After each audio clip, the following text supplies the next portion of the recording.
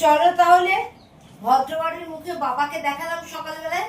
বাবার কাছে একটু পুজো দিয়েছিলাম, মালসা দিয়েছিলাম, সেটা বড়মশাই মাত্র নিয়ে এলো। চলো সেটাকে থালের মধ্যে বেড়ে মেখে নি। চলো।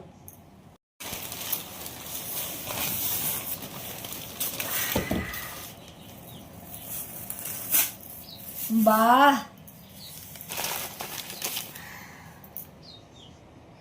প্রসাদ দর্শনে পাপ মুক্তি। পাপ পুণ্য জানি না, কিন্তু কি সুন্দর ভোগ দেখেছো, দেখলেই মন জুড়িয়ে যায়।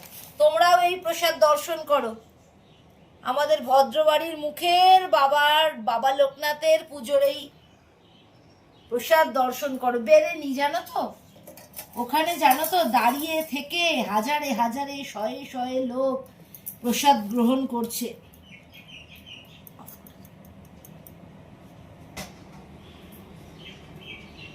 ওটাই দিয়ে দিয়েছে বাবাই। আগের বার জানো তো অন্নভোগ করেছিল, আমি ভেবেছিলাম অন্নভোগই হবে, তাই হয়তো ভোগটাকে মাখতে হবে। তো দেখলাম যে না, এবার খিচুড়ি ভোগ প্রসাদই দিয়েছে। 3 জনের জন্য 3টে প্লেটে, সেটাই বেড়ে নি। যা বাবা এবার নিজে পেয়েছেন, আমরাও সেটাই পাবো।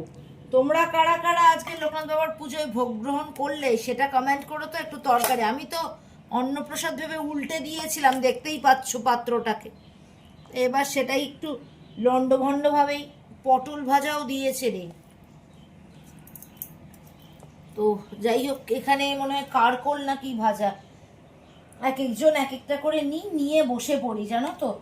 প্রসাদটা খেয়ে নিয়ে তোমাদেরকে আবার বলছি। আমি এই যে নিয়েছি, এই যে বড়মশাইয়ের জন্য দিলাম। আমার মেয়ে একটু খিচুড়ি টিচুড়ি কমই খায়, তার জন্যও বাড়লাম। এবার পায়েসটা নেব, মুখে দিয়ে দিয়ে খাবো। চলো বাবার প্রসাদ গ্রহণ করি।